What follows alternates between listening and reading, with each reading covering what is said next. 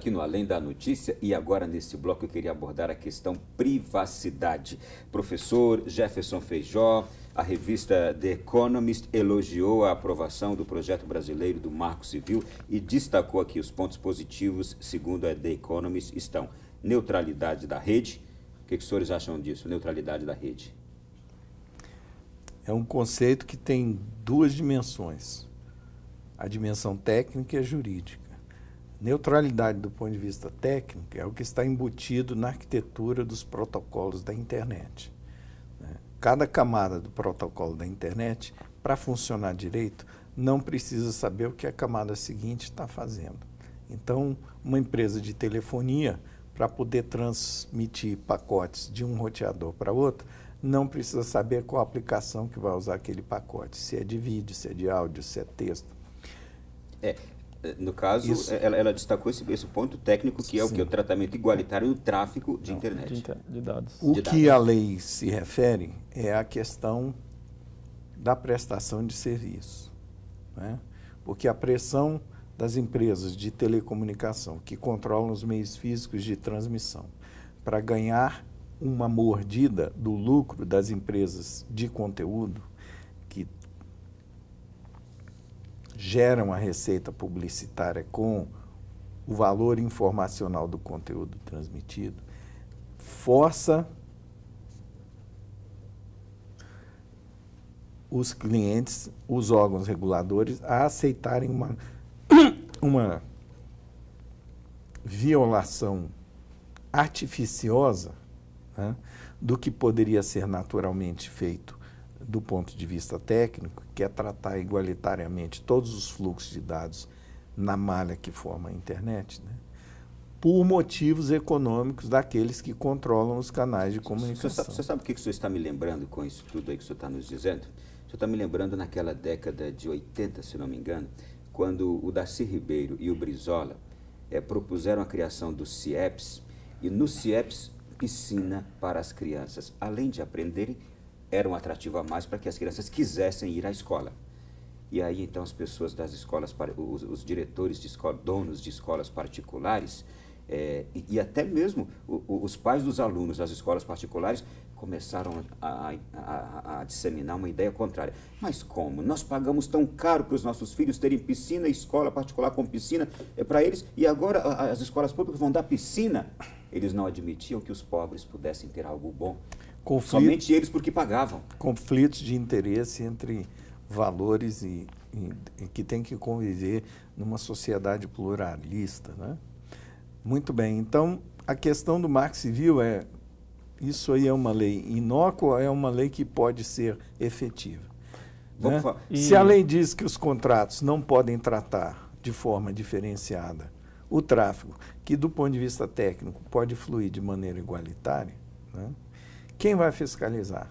Quem vai fiscalizar se uma companhia telefônica está ou não degradando conexão de voz sobre IP, de VoIP, de Skype, por exemplo? Regulamentação é o que precisa ser feito. A questão não é só a regulamentação, a questão é como fiscalizar, como produzir prova de violação. Regulamentação que vai trazer justamente a necessidade, vai impor a necessidade da fiscalização. Bem, com tudo aquilo aqui a ingenuidade em relação à TI impede as pessoas de enxergarem o que está em jogo.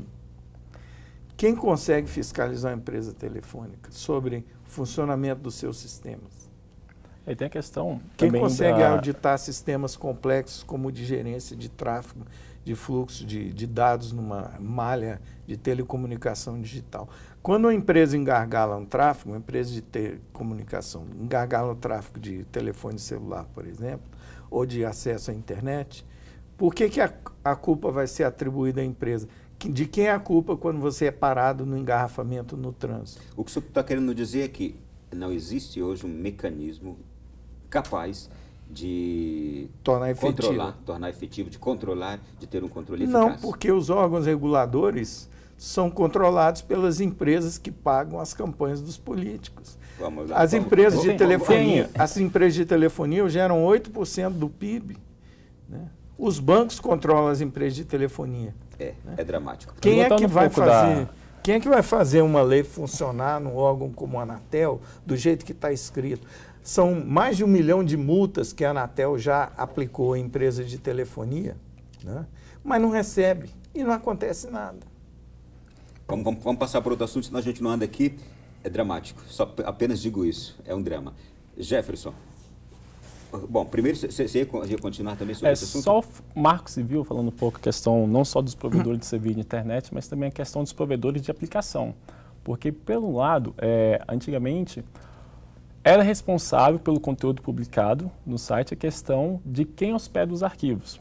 Então, por exemplo, existe um site onde o site é hospedado em tal empresa e essa empresa, antigamente, era responsável pelo conteúdo que era publicado no site. E aí, devido à questão da Web 2.0 estar surgindo, onde que você publica conteúdo, eu publico conteúdo na mesma ferramenta, acredito que o Marco Civil está vindo para defender essa questão. Então, ou seja, não é mais de interesse e manter esse problema de publicação de conteúdo inadequado para quem está provendo o serviço de hospedagem. Então, assim, limitando a questão que, se eu publico um site, se eu gero conteúdo no site está hospedado, então cabe a quem está publicando esse conteúdo a responsabilidade da informação. Então, assim, tem a questão do Marco Civil, eu acho interessante defender esse lado das empresas que provêm o serviço de hospedagem. Sim. Deixa eu tocar no outro assunto para os senhores. E a garantia de privacidade do usuário? Os senhores acreditam que é possível isto? Só se ele desligar a máquina da rede, da tomada. Então não tem. Não tem. Não tem. O Snowden está mostrando isso claramente. E eu acho que o caso do Snowden é um caso de operação psicológica, para as pessoas entenderem que a Inês é morta. Uma coisa é a bonita construção teórica do direito, como está na Constituição, a garantia à privacidade. Outra coisa é a justiça, como parte do Estado, fazer cumprir o que está escrito na lei. Se ela não tem meios para isso, isso remete à pergunta que eu estava colocando antes. Porque ele citou, o Jefferson citou aí, a questão da responsabilidade solidária pela publicação de conteúdo para um site de hospedagem, né? É impossível quem controla um site de hospedagem rever cada conteúdo que vai aparecer na internet hospedado a partir da hospedagem que ele fornece como um serviço, né? Então, a responsabilidade deve ser de quem publica através do site via hospedagem o seu conteúdo, né? Também, com o alcance da comunicação digital, é impossível para o provedor do serviço, que presta um serviço global de hospedagem, por exemplo, ter meios eficazes de identificar positivamente, para efeitos de responsabilização, cada um que usa o seu serviço para publicar, porque pseudonimato e anonimato são tecnicamente fáceis de serem exercidos numa rede de comunicação como a internet, né? Então, até onde vai a responsabilidade do provedor de serviço? Estava tentando explicar ele com a lei do Marco Civil. Ela vai até a responsabilidade de retirar o conteúdo quando notificado de infração de direito autoral. O Marco Civil demorou a ser aprovado porque a indústria do copyright, né, a indústria que vive do negócio de redistribuir conteúdo cultural ou informativo através do controle da replicação da mídia, que os estúdios de Hollywood, os estúdios de música, né, eles queriam que o Marco Civil ampliasse os mecanismos de punição para quem distribui conteúdo não autorizado, porque eles estão vendo essa forma de comunicação erodir a lucratividade dos seus modelos de negócio e querem pendurar o preço da sobrevida desses modelos de negócio na sociedade. Entretanto, isso geraria responsabilidade excessiva para fornecedores de serviço, como os provedores de hospedagem, né, devido à natureza do serviço. Então, o que o Marco Civil fez foi replicar o modelo do takedown notice, né?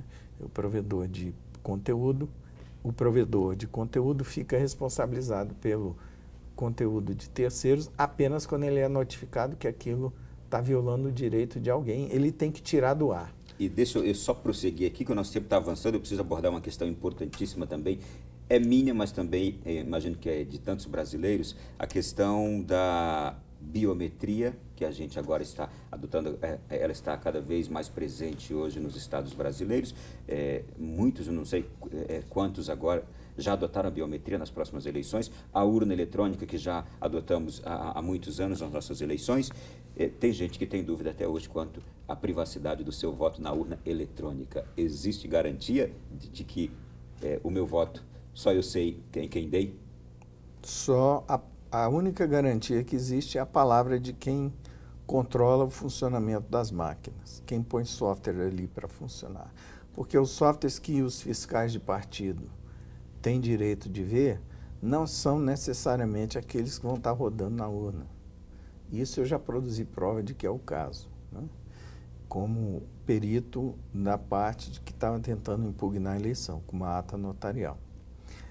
Então, por que é assim? Porque a Justiça Eleitoral não obedece às leis que são aprovadas pelo Congresso a respeito de como deve ser o sistema de votação.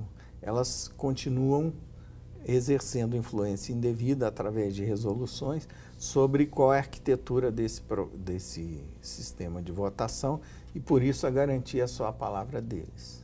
É porque, igual que a gente estava levantando, né?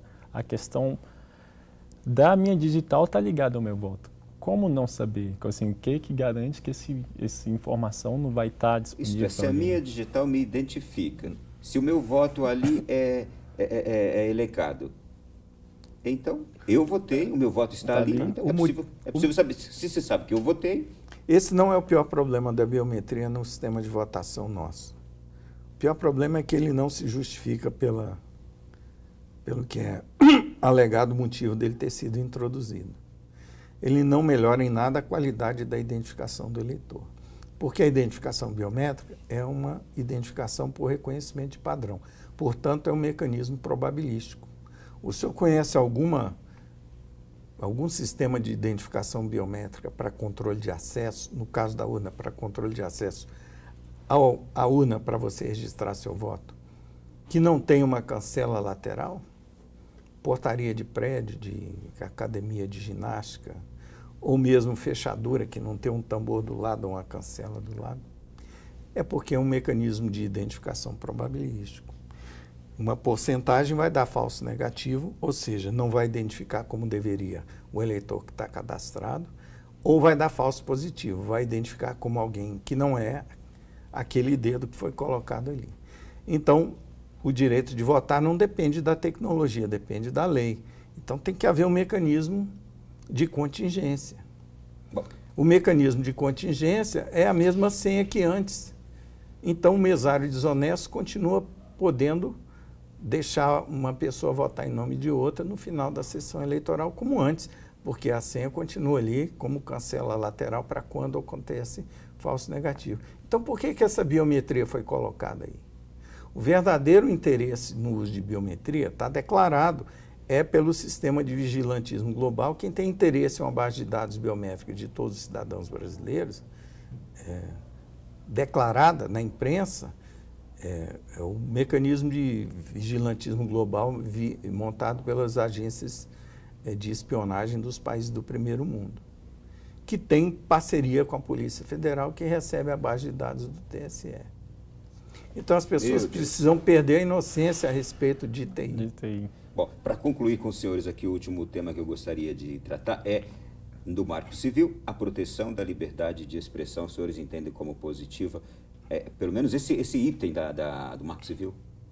Eu vejo da questão da privacidade do Marco Civil, a questão de você estar retirando um conteúdo seu, que alguém publicou de devida maneira, a questão da justiça, porque a empresa tem que ser notificada para retirar o conteúdo que foi publicado de maneira inadequada, né? Mas parte do princípio que eu tenho que fazer a denúncia. E logo, assim, até esse trâmite você entrar na justiça e a justiça pegar e notificar a empresa, então assim, é um tempo que demora a ser concluído. Então nisso, até onde vai o meu direito de estar tirando conteúdo? Então assim, nesse período todo pode ter feito toda a revolução na minha vida, entendeu? Para um conteúdo mal publicado. Professor, para concluir, liberdade de expressão. Eu acho que é letra morta. Quando começar a próxima fase da guerra cibernética, vai ser a primeira vítima, a liberdade de expressão. Porque o script está traçado, né? Com a lei Patriot Act nos Estados Unidos, com as consequências da geopolítica atual, isso eventualmente vai chegar no Brasil.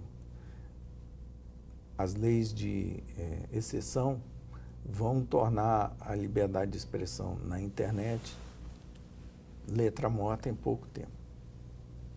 Eu quero aqui, olha, um programa só não dá para falar de tudo isso. Quero agradecê-los, já se passaram aqui 1 hora do nosso programa. Foi um prazer recebê-los aqui e, Jefferson, muito obrigado. A gente tem que continuar um assunto como esse no próximo programa. Isso, disponha, Ronaldo, estamos à disposição. Professor Pedro Antônio, prazer recebê-lo aqui também, muito obrigado. E a você que esteve conosco, olha, o assunto é vastíssimo. Entre na nossa página, alemdanoticia.net. Um conteúdo exclusivo ali você vai encontrar também sobre esse mesmo tema de hoje. Muito obrigado, tenha uma boa noite, um bom sono. Até a próxima quarta-feira, se Deus quiser.